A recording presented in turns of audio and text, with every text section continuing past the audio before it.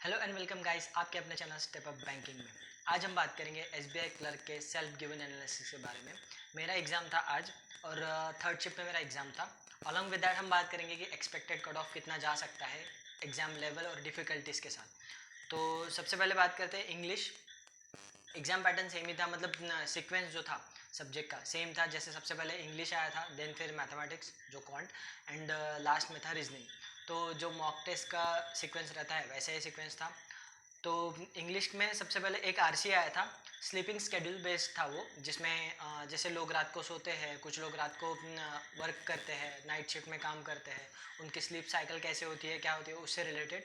तो story type ही था, easy था। उसमें दो सिनोनिम्स थे, एक इशू करके एक सिनोनिम्स था जिसमें ऑप्शंस थे मैटर वगैरह ऐसा समथिंग ऑप्शंस दिए थे, और एक कैरी था। ये दो सिनोनिम्स से क्वेश्चन थे।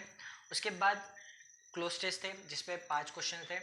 उसके बाद फिलस के क्वेश्चन थे, वर्ड स्वैप था, देन एरर डिटेक्शन के क्वेश्चन थे। ऐसा टोटल मेरे अटेम्प्ट्स की बात करें जाए तो मैंने 30 अटेम्प्ट्स किए हैं, पूरे क्वेश्चन अटेम्प्ट किए मैंने। और दो वर्ड से वो रहता ना कि वर्ड दिए रहते, उसके बाद 3 सेंटेंस दिए रहते, तो कौन से सेंटेंस में वो वर्ड्स परफेक्टली मैच होता है नहीं होता है। तो वो 2-3 क्वेश्चन थे शायद, एक स्वीट का था, एक प्लेट का था। तो ऐसे वो दो क्वेश्चन थे।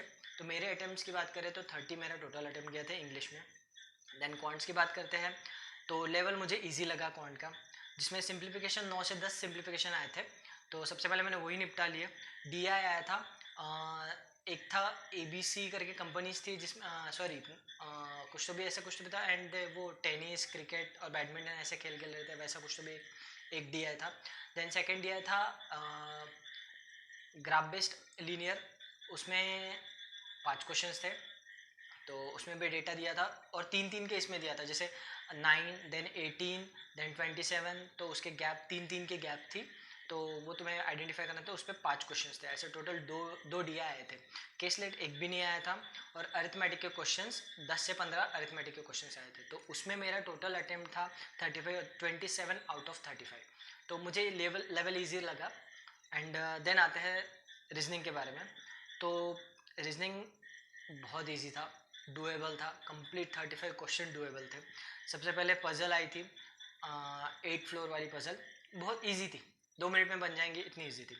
उसके बाद 10% वाली पजल, तो टोटल 4 पजल थे जिसमें फ्लोर वाली, देन 10% वाली जो 10% 5 ऊपर बैठे हैं 5 नीचे नॉर्थ साउथ फेस कर रहे हैं क्वेश्चन थे। सर्टेन नंबर वाली पजल थी, मेरे उसमें 12% बैठे थे। आप अपने कमेंट में बता सकते हो कि आपके कितने परसेंट बैठे थे उसमें। देन फिर 7% की एक सर्कल बेस्ड पजल थी। तो ऐसे टोटल, और एक हाँ एक पेयर बेस्ड पजल थी, पेयर बेस्ड नहीं नहीं ऐसे टोटल 4 पजल थे, एक फ्लोर वाला, 10% वाला, सर्टेन नंबर एंड सर्कल वाला, 4 पजल थे। देन एक पेयर बेस्ड क्वेश्चन था जिसमें एक वर्ड दिया था, देन फॉरवर्ड बैकवर्ड वो क्वेश्चन पूछा था। अल्फा न्यूमेरिक सीरीज थी, 5 क्वेश्चन थे उस पर। देन डिस्टेंस डायरेक्शन था, मुझे थोड़ा सा टाइम कंज्यूमिंग था distance direction, but 2 he question थे उस पर। देन सिलोजिज्म थे 3 क्वेश्चन, 2 से 3 क्वेश्चन सिलोजिज्म थे। इनइक्वालिटी 2 से 3 question. And then formation of word. तो ये सबसे ये क्वेश्चन था फॉर्मेशन ऑफ वर्ड। मेरा वर्ड बना था VOTE, ये अल्फ़ाबेट निकल रहे थे और इसमें वोट ही वर्ड मेरा बन रहा था। उसके बाद मुझे याद नहीं आ रहा था, मैंने मार्क तो कर दिया था बट मेरे वो सेव एंड नेक्स्ट नहीं किया था, इस वजह से मेरे 34 ही अटैम्प्ट गए हैं। तो ओवरऑल अगर बात करते हैं तो पेपर का लेवल मुझे ईजी लगा। मेरे टोटल 91 अटैम्प्ट है आउट ऑफ 100। एंड वैकेंसीज की बात करें तो महाराष्ट्र में इस बार 500 से 600 वैकेंसीज है, जबकि लास्ट ईयर 1100 समथिंग वैकेंसीज थी। तो उस हिसाब से कट ऑफ जो है महाराष्ट्र का, लास्ट ईयर तो सारे स्टेट के कट ऑफ सरप्राइजिंग थे, क्योंकि 29 छत्तीसगढ़ का गया था और महाराष्ट्र का तो 44.50 था।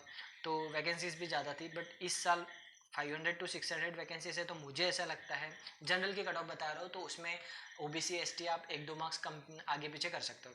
तो जनरल की कट ऑफ मुझे ऐसा लगता है जहाँ तक 60 to 65 के रेंज में ही रहेगी, इससे ज़्यादा नहीं जाएगी या इससे कम भी नहीं जाएंगी, चांसेस कम है। ठीक है, जा सकती है, ऐसा नहीं बोल सकता, क्योंकि लास्ट ईयर का तो अनप्रिडिक्टेबल था, इतना कम कट ऑफ गया तो एक्सपेक्ट भी नहीं किया था, but still there is a hope. तो अगर सेफ अटेम्प्ट की बात की जाए तो जिनके 70+ अटेम्प्ट्स हैं विथ एक्यूरेसी, क्योंकि स्टूडेंट्स ने किए हैं अटैम्प्ट, सबके जा रहे हैं अटैम्प्ट, पेपर लेवल इजी है। तो अगर 70+ विद एक्यूरेसी अगर आपकी है तो मेंस की तैयारी कर लो। मेंस की तैयारी तो कभी भी करनी ही चाहिए हमेशा, क्योंकि वो वेस्ट नहीं जाती मेंस की पढ़ाई।